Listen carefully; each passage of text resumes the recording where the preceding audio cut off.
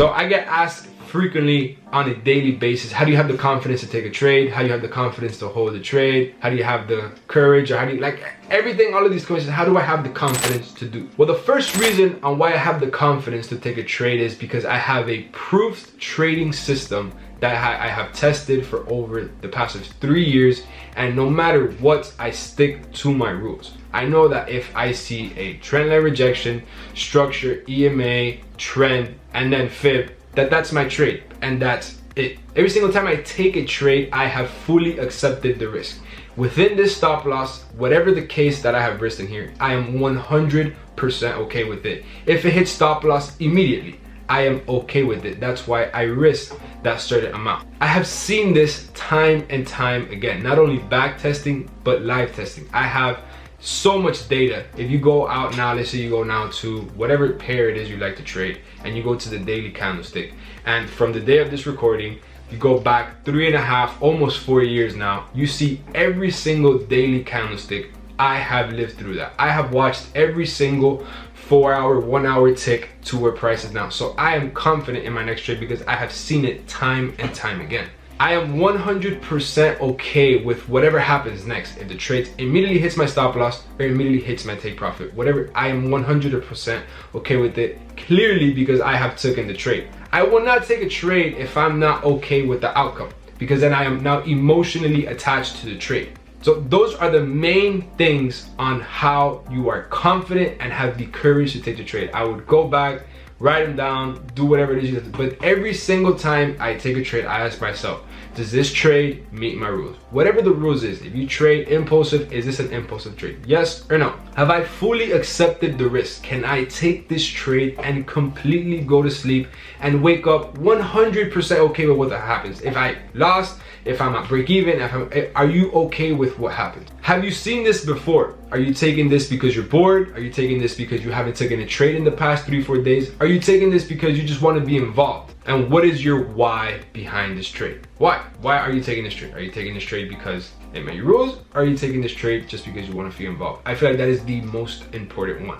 So many lack confidence because of their previous experience with the markets, right? Maybe you have just come off of a losing streak, or maybe you have just blown your second, third, fourth, fifth account, whatever the case is. This now has completely stopped your motivation and it has killed your confidence. Well, this is something that is terrible simply because your losing streaks and your blown accounts, the markets don't even know that you have done that. The markets are nowhere near aware of what it is that you're going on. This is just simply thoughts that are going through your head, and then you're magnifying it because of your emotions. Now, from all of the data that I have collected, off of this years of trading, and then even within myself, within trading, we all seek some type of confirmation, or we're seeking another source to say, yes, that's okay. Well, this is tragic to your trading. So let's say that you're watching somebody on Instagram in the stories, and then they say, oh, I have lost today $5,000, and then you yourself, you've only lost 500. Well, now you seek this confirmation. We're like, oh, if I lost today,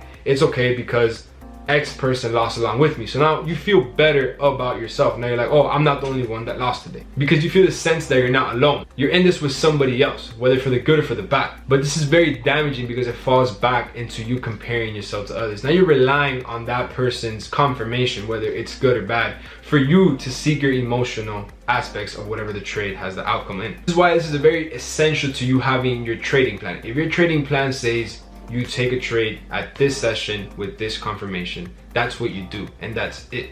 If your trading plan says you go to break even at a 1-to-1, once you are 1-to-1, you go break even, and that's it. You don't go out breaking these rules like, oh, I'm gonna wait till it gets to 1.5 and then I go break even, and then that it tends to come back up, takes you out of break even. Now you're emotionally attached to the trade, and then you're not confident when it comes back to putting the trade at break even because now you have moved around your rules. And what this trading plan does is that it doesn't let you go out seeking exterior confirmation, because maybe the person you're watching or whoever it is you're following, they have a completely different trading aspect and a completely different trading style that you have. The only way to build this type of confidence and this type of courage is by experience. It's not gonna come from your first, second, third month. And I know it sucks. This is not what you guys want to hear, but this is like school. You don't go to school your first 6 months of college and then you're already, let's say you're studying to be a doctor, you're not already doing surgeries or in the surgery room. You first need to understand and know what it is you're getting in. And then you need to understand if that's what you want to get in. And then a year down the line, whatever the case is when you start touching the patient and working on them hands-on. So this is very much the same. You need to collect that data every single day. You need to go to the school. You need to learn before you earn. And I know people find this very annoying. For some reason, I don't know why, but journaling is like your homework. You're creating your own homework for yourself. Nobody out here is gonna come and be like, okay, you have a test tomorrow, you need to do this. This is the bad part about trading, is that you are entirely up to yourself to put yourself in the spot for the things you do and don't do. So you need to journal your trades so you know that you are following your plan and keeping all of that data. So when it comes to your next trade, you're like, oh, well, my journal says that I literally just took that trade 2 weeks ago. It's the exact same trade. So now you're confident taking that trade. Journaling is very, very, very important to trading. And by doing this, you realize that you now minimize the amount of trades you take. Now it's going from quantity to quality. So by doing this and looking back at your journal when you see the next trade, so now you have built this confidence and courage. So what you're gonna see is you're gonna find yourself taking less trades. It's gonna end up being quality over quantity. So it's where the less is more falls into this business. Less trades equals less stress. Less stress equals more time equals more money. So this is an analogy that I like to always put. It might be funny to you guys, but it's very much the truth when you put it into perspective of how it goes. We're almost like alligators hunting for our prey. You think an alligator is gonna simply just go out there and run after a deer, whatever the case is? No, it's not gonna be able to be compatible with the deer's speed. Well, it's very much the same with us. We can't go out and we can't run after the markets or the moves or whatever the case is. It's simply we're just gonna literally not be able to make it. So we have to be like an alligator. An alligator literally just waits right there in the surface of the water by the bay, and he simply baits the deer, the zebra, whatever's coming to the water to drink it. Same thing with us. We're here sitting in front of our monitors, simply waiting for the trades to get to our area of interest. We're not gonna go out there to the market, run after it, and force it to get to our area of interest. Same thing with an alligator. An alligator is not gonna force the deer or the zebra to come to the shore so that it takes a sip of water. It can't run out and grab it so it brings it there. No, it needs to simply wait for it to get there. Once it gets there, it's close enough, then it takes the strike and it hits. Same thing with us. We need to wait for the trade to get to our area of interest. It gives us that confirmation, it's rejecting the area, then we take the trade. There's gonna be times where the alligator goes to strike and it misses. It happens time and time again. I know we've all seen Planet Earth. It's just the part of life.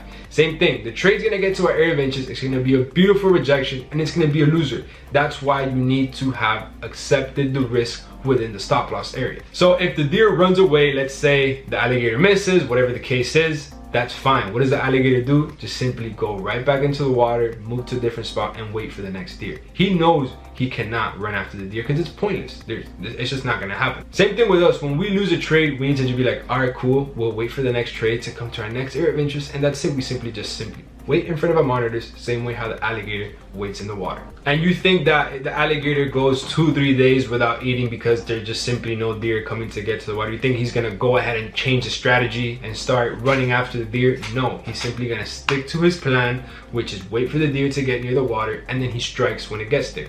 If it's 4, 5, 6 days without him eating or anything coming, there's nothing he could do. That's what he is to plan to get his food.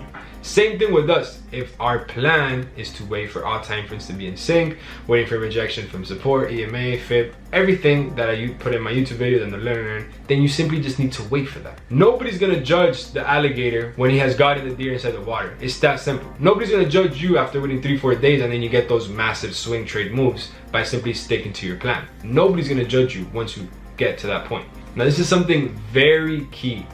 Believing that you have to be doing something in order to be doing something is damaging. I'm gonna say that again. Believing you have to be doing something in order to be doing something is damaging.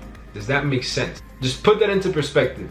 Write it down, listen to it, and then it'll make a little more sense. So now we're gonna move on to the next video, which are emotions. This is a very big topic. I know a lot of you guys have emotions fluctuating up and down, but it's gonna make sense now a little bit the way I break it down. So I'll see you guys there.